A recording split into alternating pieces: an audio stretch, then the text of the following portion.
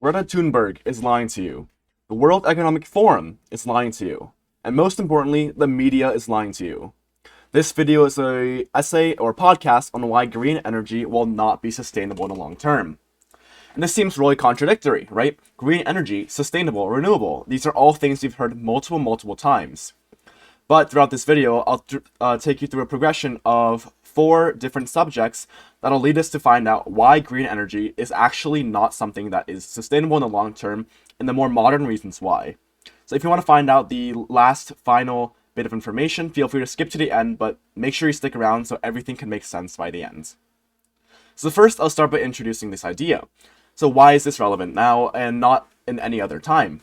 And that's because of the rise of AI technology. It's been clear throughout the last few videos I've made, and just by looking around society itself, that AI is destined to and is already taking a larger and larger portion of industries, jobs, and everyday life in general. So this is why green energy is really important. AI, like all other things, takes a lot of energy to run, even more. Because AI isn't just like an internet website, for example. It's a whole algorithm and model that goes off of so much data and has to process new networks every time you make an input, right? It summons a new version of itself for every single user. And as AI increases and the AI gets even better, that'll only be the case even more often, right? We hear all these great things, all these great stories about AI becoming agents. Agents meaning that AI can act for itself and even think for itself and carry out tasks that aren't simply you asking it to do something. It'll be able to navigate different websites, apps, and even make you a game, for example, which we've seen very recently. And this gets into the reason why green energy is a lie.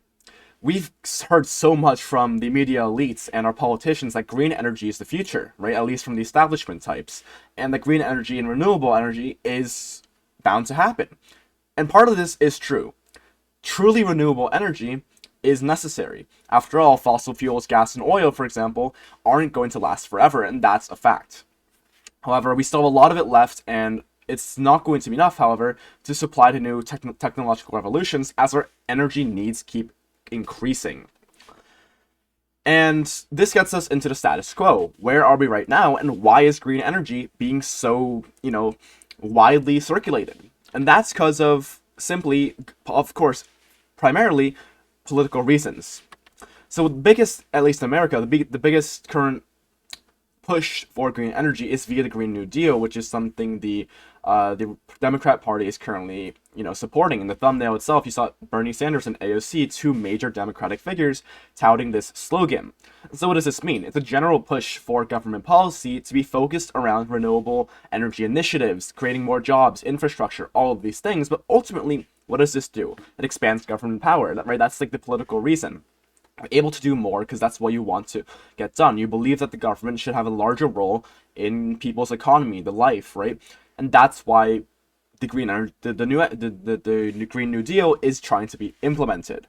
And that's the biggest current program we've been seeing, and that was implemented during the Biden administration, circa 2022, I believe.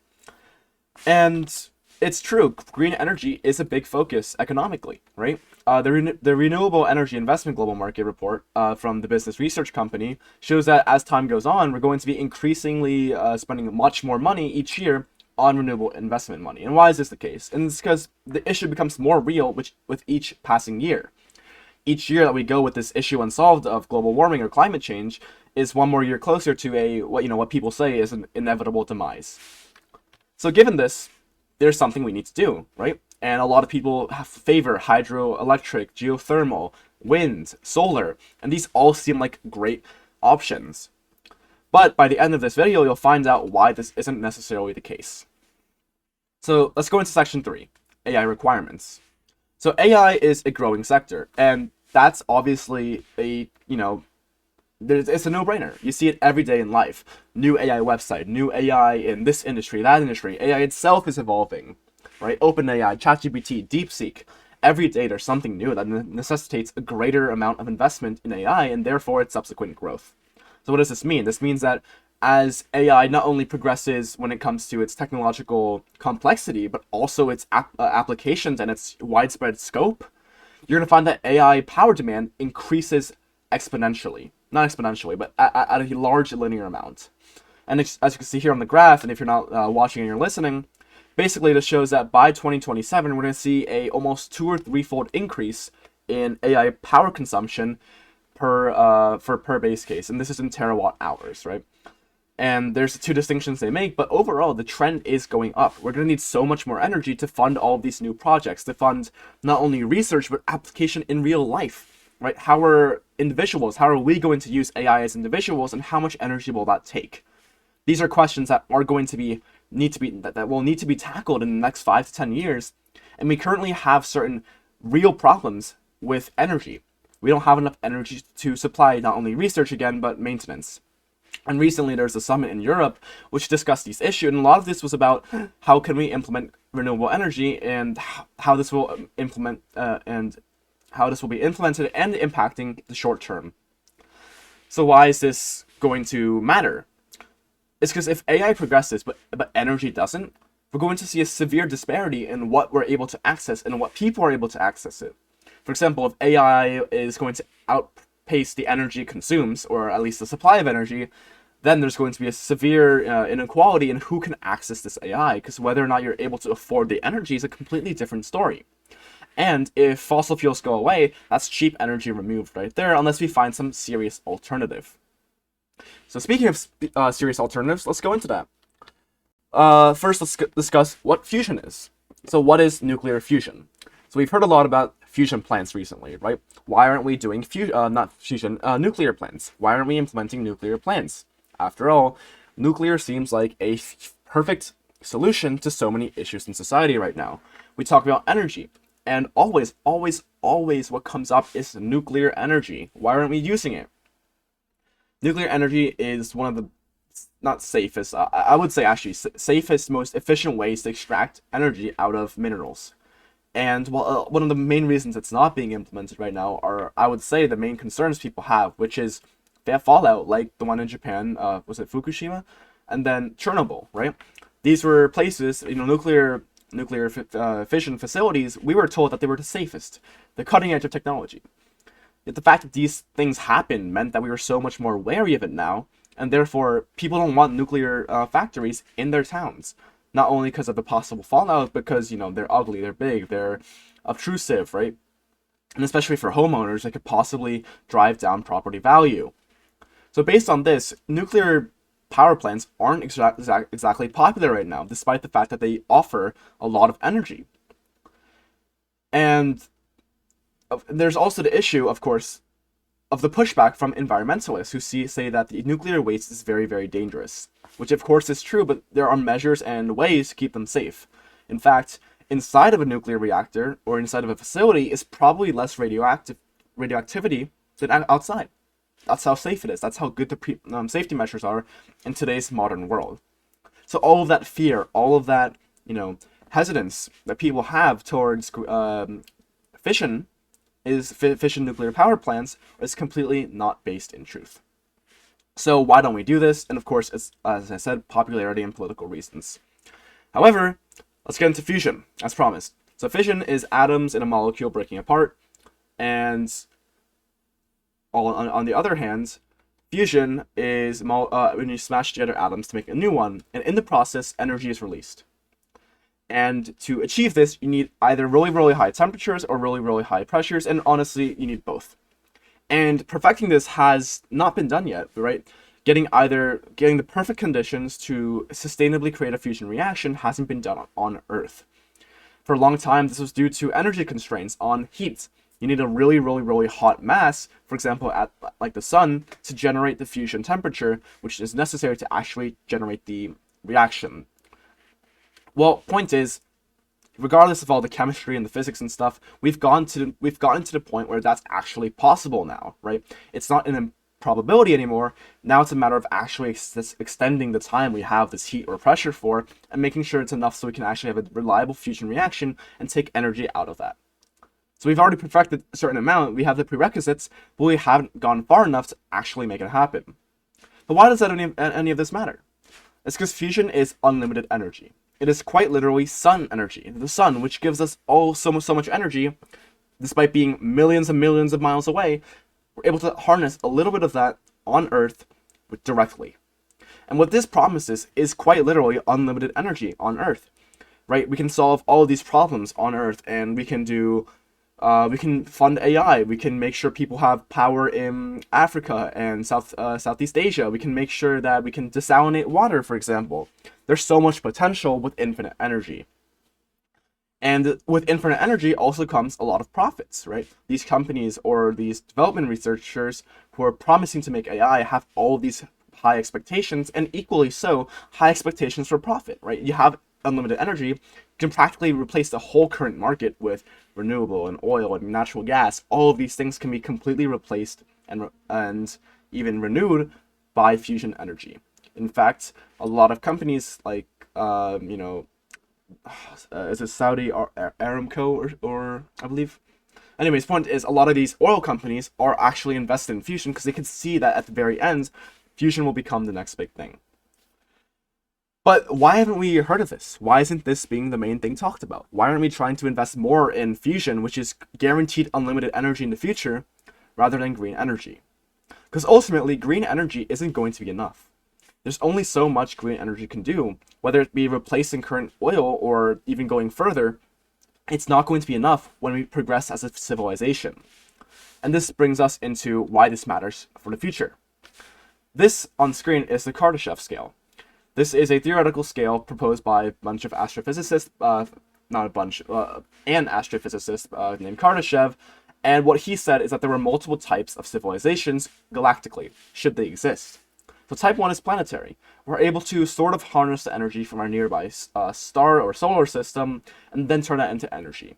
Type 2 is stellar. We're able to fully harness the energy of our sun or nearby solar system. And finally, not finally, but the next step is galactic, which is we're able to exchange energy and interact with multiple solar systems or suns or stars or planetary systems within our own galaxy. So why does this matter? This seems really out of left field.